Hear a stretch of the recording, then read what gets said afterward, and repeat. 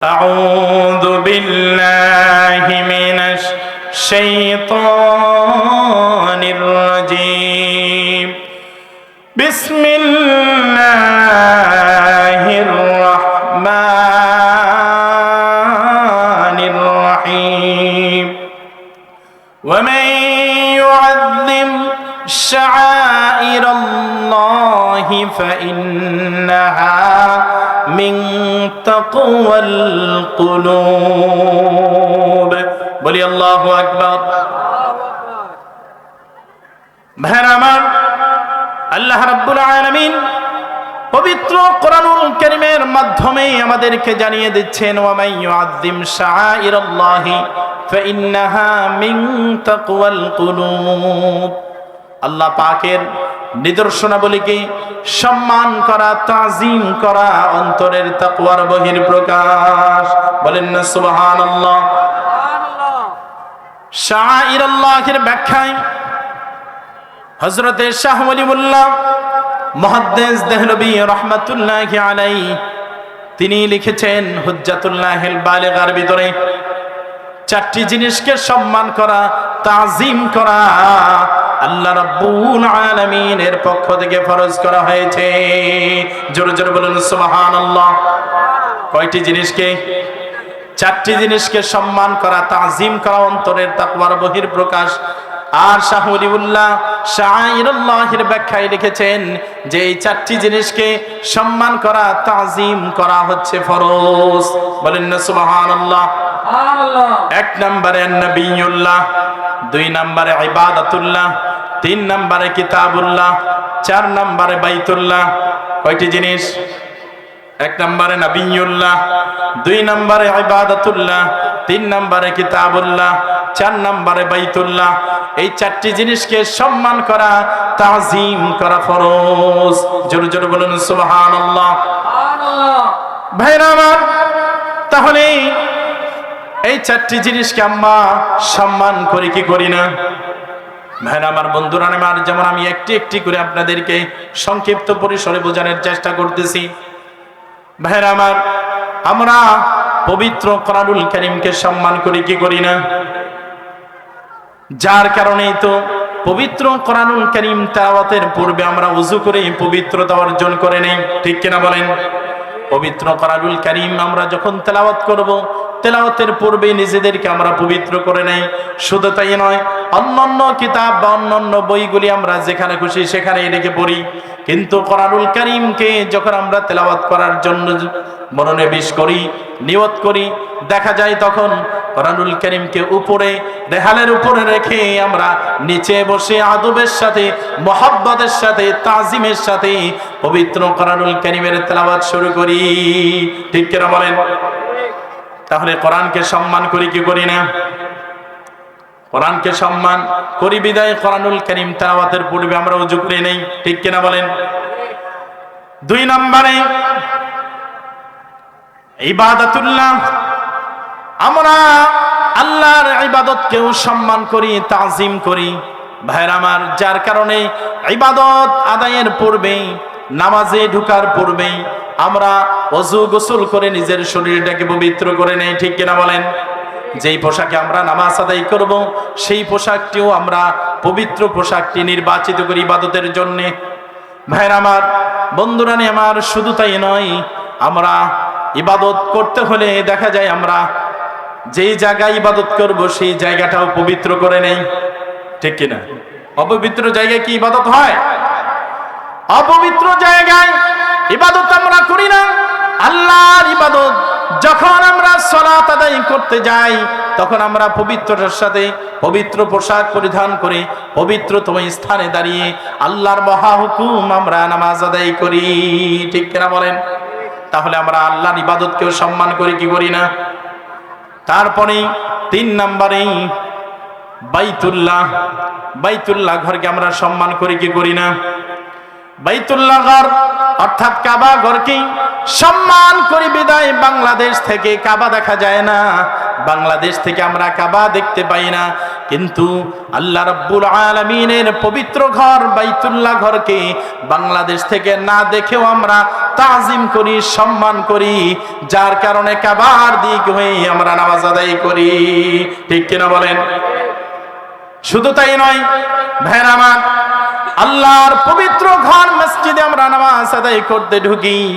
আমি যতগুলা মসজিদে সফর করেছি, নামাজ আদায় করেছি, এমন কোন মসজিদ দেখতে পাই নাই সেই মসজিদের সামনের দেয়ালে অর্থাৎ কাবার দিকে জানালা আছে, দরজা আছে, এমন কোন মসজিদে আমি নামাজ আদায় করি নাই। আপনারা করেছেন? মসজিদের সামনের দেয়ালে জানালা আছে, দরজা আছে? কেন নাই? কারণ বাইতুল্লাহ ঘরকে সম্মান করা, তাজিম করা ফরজ, যার কারণে বাংলাদেশ থেকে কাবা ঘর দেখা না গেলেও আল্লাহর ঘর মসজিদে ঢুকে কাবার দিকে মুসল্লি থুতুকফ নিক্ষেপ করতে পারে, যা কাবার সাথে বেয়াদবি হবে, যার কারণে কোন মসজিদের সামনের দেয়ালে কাবার দিকে জানালা নাই, দরজা নাই। ঠিক কিনা বলেন? তাইলে কাবাকে সম্মান করি কি করি না? নামাজকে, ইবাদতকে সম্মান করি কি করি না? তারপরে পবিত্র কোরআনুল কারীমকে সম্মান করি কি করি না? এই ক্ষেত্রে কোন বেদাতের ফতোয়া কেউ কি দেয়? কথা বলেন। এই ক্ষেত্রে কেউ ফতোয়াবাজি করে না। এই তিনটা সবাই, সকল ঘরানার সকল আলেম ওলামা সবাই সম্মান করে, কিন্তু যখন এক নম্বরে নবিউল্লাহ, আল্লাহর নবী মুহাম্মদুর রাসূলুল্লাহ সাল্লাল্লাহু আলাইহি ওয়াসাল্লামের শানে মুহাব্বতের সাথে দাঁড়িয়ে যখন আমরা সালাম দেই, তখন বেদাতের ফতোয়া দেয় কি দেয় না? একটু জোরে বলেন, বেদাতের ফতোয়া দেয় কি দেয় না?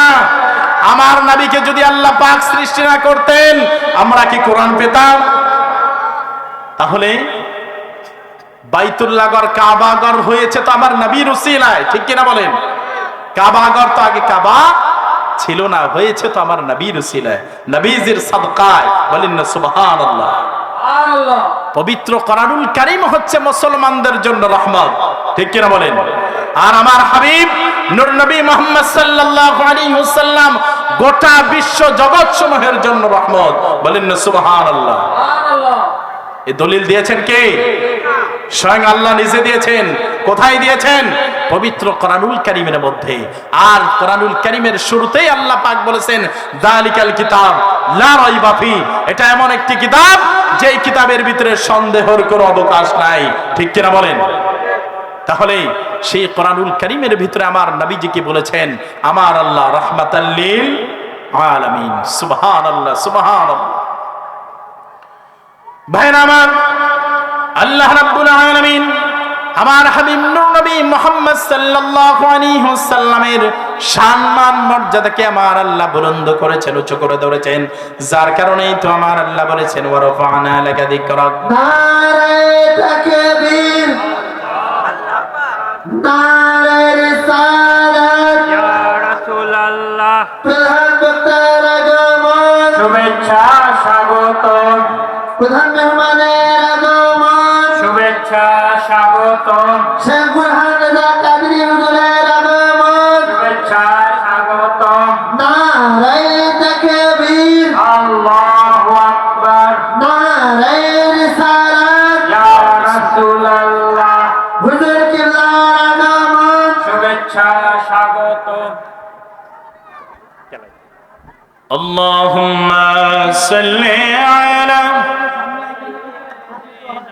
مولانا محمد وعلى آله مولانا محمد। সকলেই ভিতরে আসে। মাহফিলের আদব হচ্ছে বসে যাওয়া। ঈদ মিলাদুন নবীর মাহফিল, ঈদ মিলাদুন নবীর মাহফিল প্রথম করছেন রব্বানা। ঈমানদারগণ জুলুস করো না, ঈমানদারগণ জুলুস রোনা বলুন ঈদ মিলাদুন নবীর মাহফিল, ঈদ মিলাদুন নবীর মাহফিল প্রথম করছেন রব্বানা। ঈমানদারগণ রোনা, ঈমানদারগণ আশিকেরা আল্লাহ কই জিবরাইল শুনো না, তুমি আসমান সাজাও জমিন সাজাও, মান সাজাও জমিন সাজাও, সাজাও বেহেশত খানা। ঈমানদারগণ জুলুস করো না, ঈমানদারগণ জুলুস করো না।